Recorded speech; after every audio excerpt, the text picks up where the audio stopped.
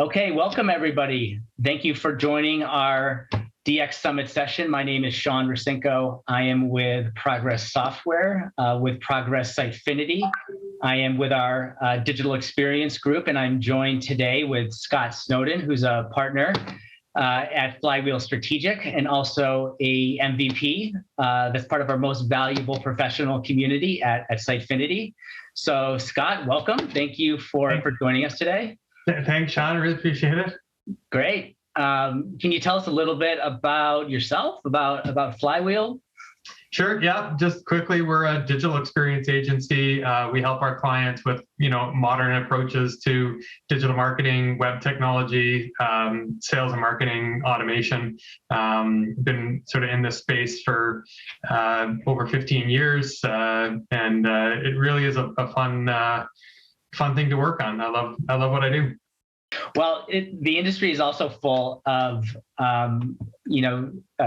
a terminology that seems to spark a lot of buzzwords, and one of those terms that has been really prominent and that has been, I think, adopted from a discipline and a technology perspective is composability. Right. Composable user interfaces, composable building blocks to digital experience. Just on that notion of things changing really fast, terminology and this whole theme of the last year, a couple of years on composability. Have you noticed that the definition kind of means different things to different people you work with or talk to, or is it something that's pretty standard? How do you describe it? We try to sort of really boil it down to its elemental parts.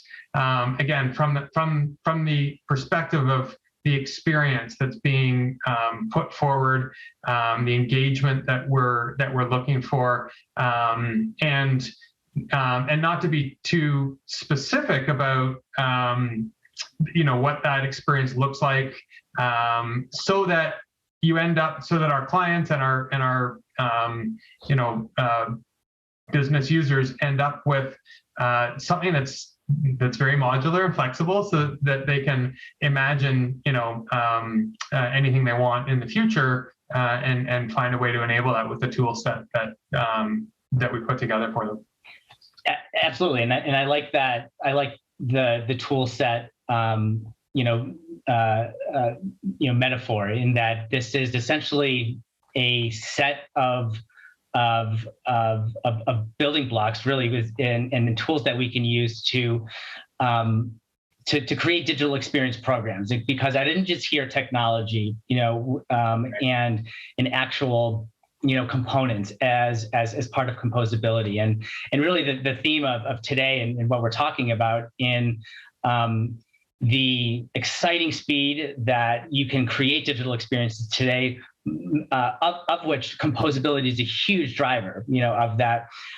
It's composability in the sense of breaking down a digital experience program from an organizational standpoint, which is a lot of the process, and just kind of the core components of design, of thinking how that translates into design, features and functionality, how that translates then into the actual core building blocks of the platform technology. It creates efficiencies. Why? I was asking our head of technology, what is it about composability that is really accelerating speed to market, and have we seen that with some of our customers? Because it's something you're constantly hearing about, is that you have more freedom in terms of how you want to compose a digital experience, and you're also able to do it much more quickly. What is your perspective on that, and does composability play a role in that? Well, I mean, I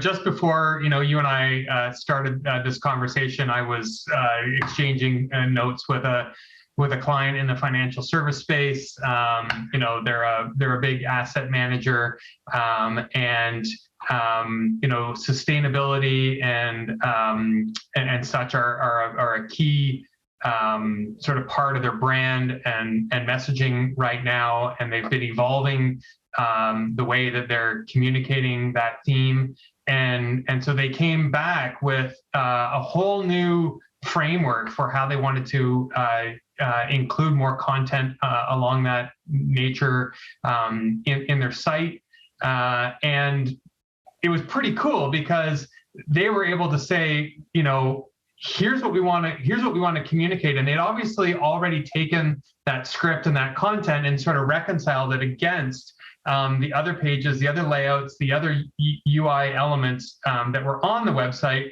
and had thought about the fact that they wanted this new content to incorporate those visual elements and those interactive parts of the site that they had on other pages, and they were able to do it. They didn't come to us and say, is this possible, or how does this get done? They came to us and said, okay, here it is, just help us put this together, and within a few hours, I expect by the time I sign off for the end of my business day today, we'll have that whole experience built out. And then the cool thing is, then they said, well, and actually we need to do this in another language, and they don't have multilingual on their site right now, but with a composable platform, they're on Sitefinity, and we're able to say to them, well, yeah, no problem, we'll enable another language in the multilingual engine, and you'll be on your way within a matter of days. They were thrilled. They were actually, oh, that is fantastic. I thought we were going to have to plan this out for the end of the quarter kind of thing, but to be able to deliver it within a week is they were delighted. That's excellent, and great to hear that they're using a great platform for that. I think one of the dilemmas, or really kind of a conundrum within our industry, is whether composability for a technology vendor can be can create a conflict of interest when you are all of a sudden working with so many other technology platforms with one particular use case. In your use case, you I would imagine have a number of other platforms that are ultimately powering that digital experience. Yeah, you and what has that what has your experience been with customers who are sometimes either really pegged for one larger piece of technology that they have to do a lot with, from whether it's analytics to content management to personalization to product maybe product data management, kind of all within one platform, as opposed to customers who said, look, we've got all of these different pieces, and we kind of need you to use this for a particular capability, this technology for another capability, and kind of piece it together.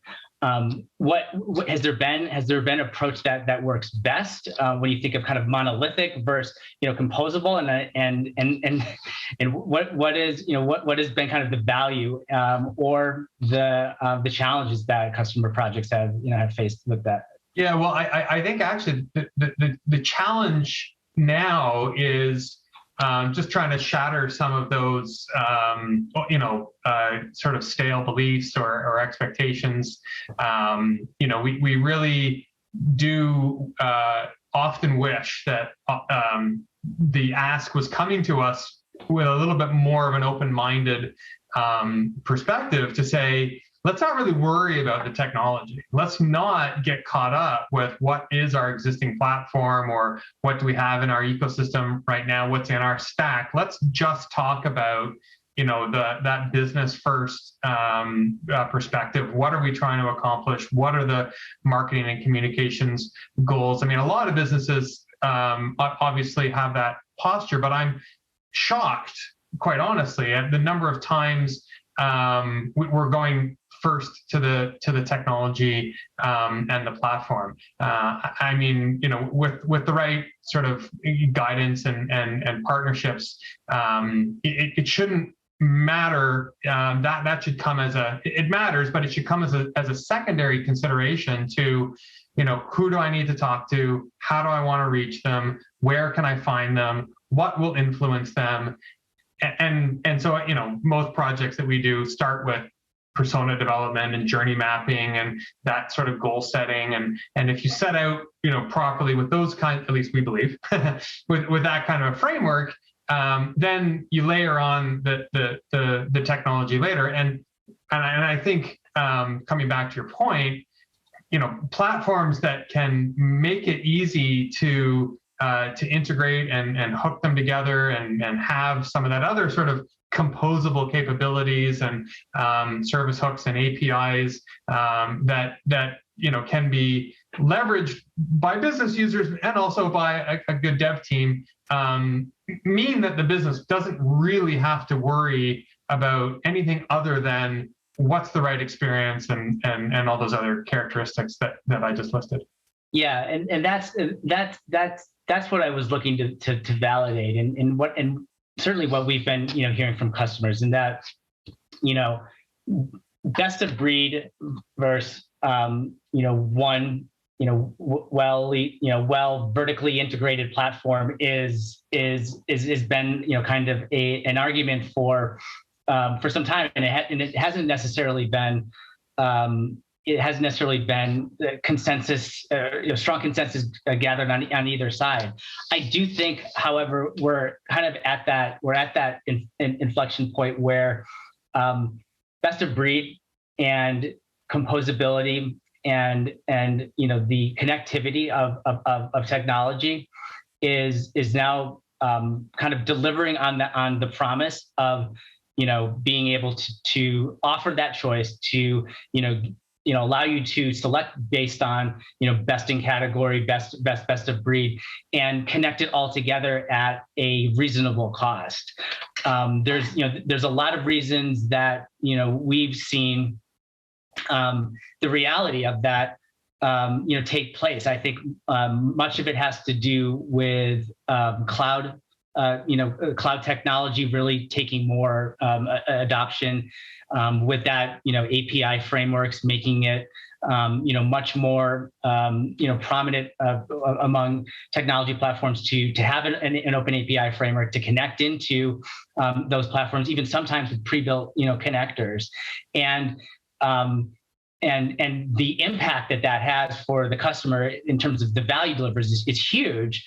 And like I was saying, you know, to technology vendors, it should be all about the customer, and that's really, you know, kind of the stance that we've taken. But, you know, can it be detrimental? Is it even, you know, conflict of interest if all of a sudden you're just one small piece of the total solution, if just one of your capabilities is in there, where before maybe you were managing more of the digital experience, from, you know, again, analytics to, you know, to maybe digital decisioning to, you know, file security.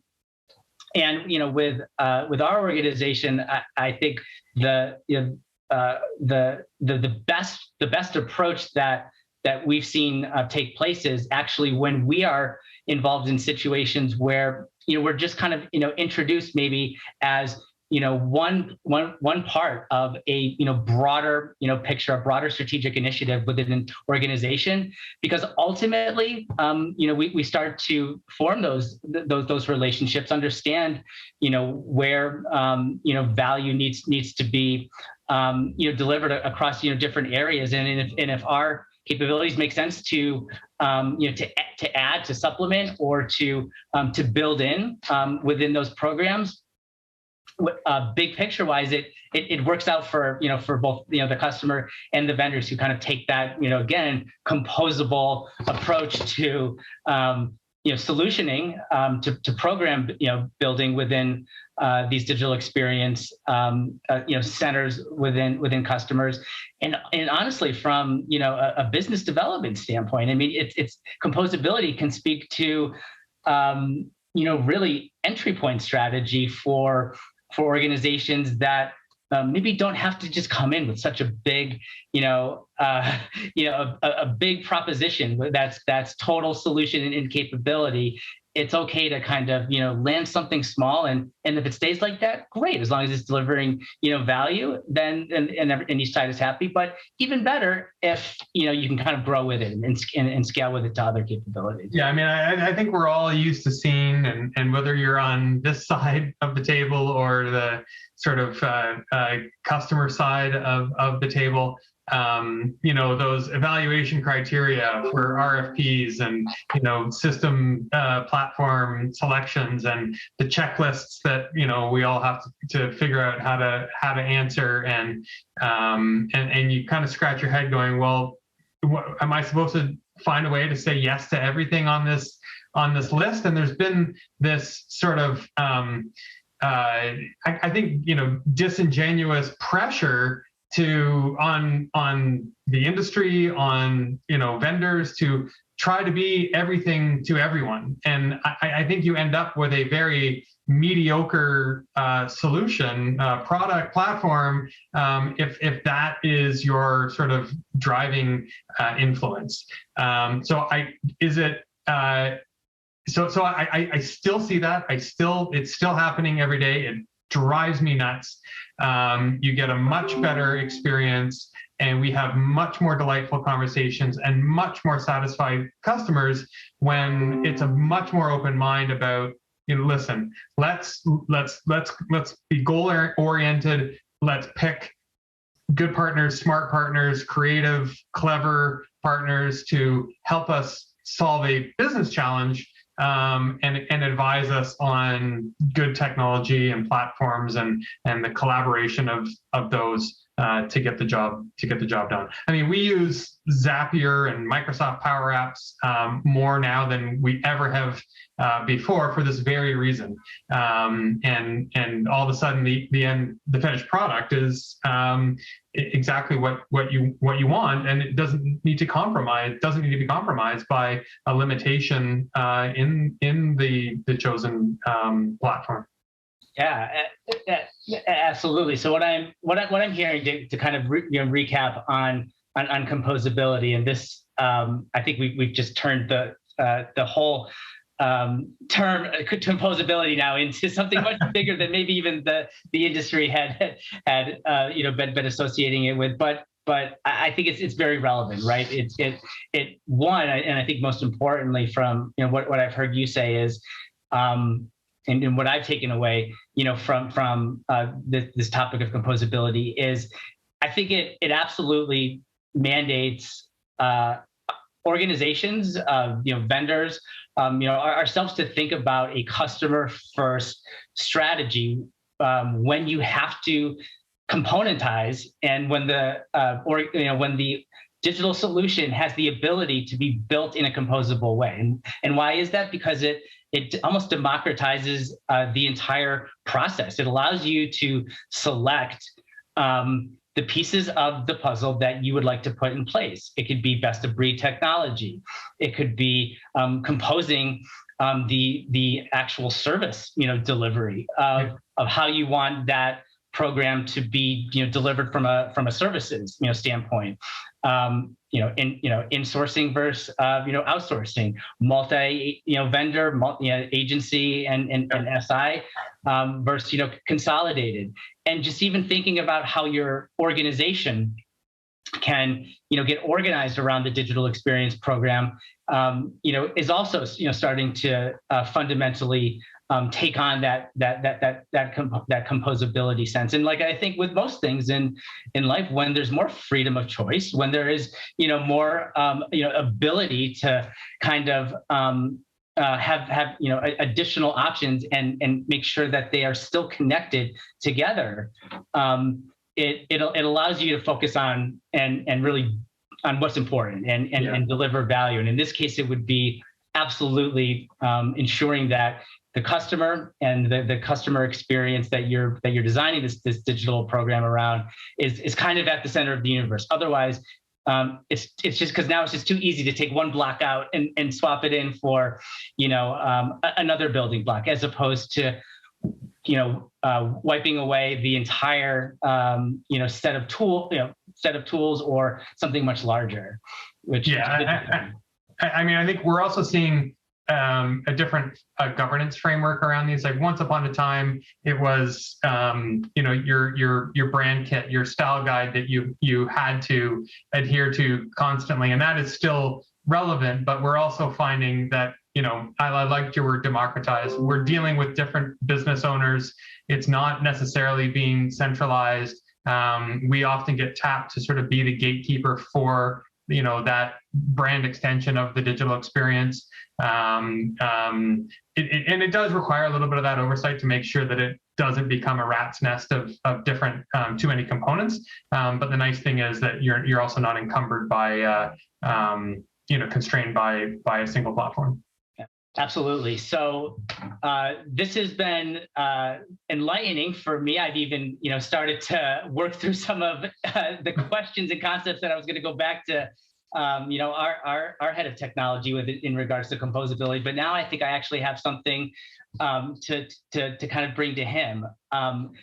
Just don't tell him I said it. Yeah, you're right. Yeah, yeah, I would hold you accountable for anything that might be a little bit off here. But I think we're absolutely onto something, and I think it makes a lot of sense why we are hearing this what was maybe a buzzword to a lot of people around composability actually be adopted as a practice. And from what we've talked about today, it's a major benefit, not just to the building blocks of the technology pieces and being able to select what you want based on what it does best, the whole best of breed approach, because of the ability to connect things much more easily now.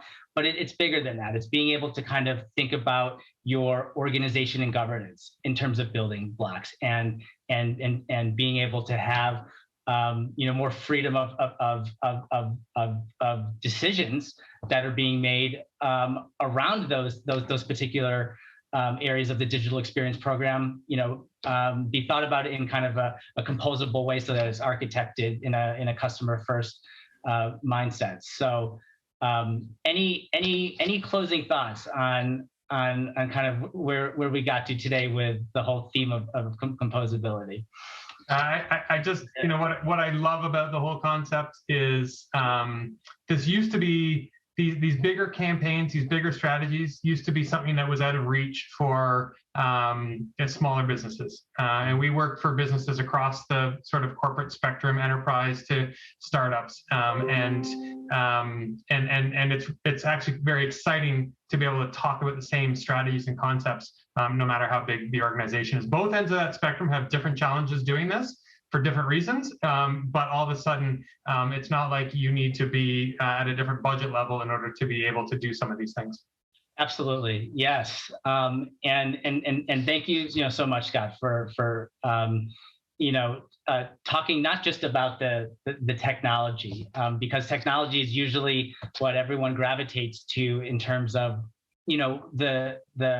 the way to accelerate speed to market, the way to deliver a better digital experience, and it's really just one part. And even as we think about some very technology heavy terms like composability, it's really much more about the processes and the governance that you put in place, the customer-centric model, and being able to kind of compose that in a way that makes the most sense. And I think a lot of the concepts that you bring to the table are things that a lot of organizations need to hear when thinking about architecting the digital experience. So I really appreciate you joining us today and offering your expertise. Yeah, my pleasure. Thanks for the chat.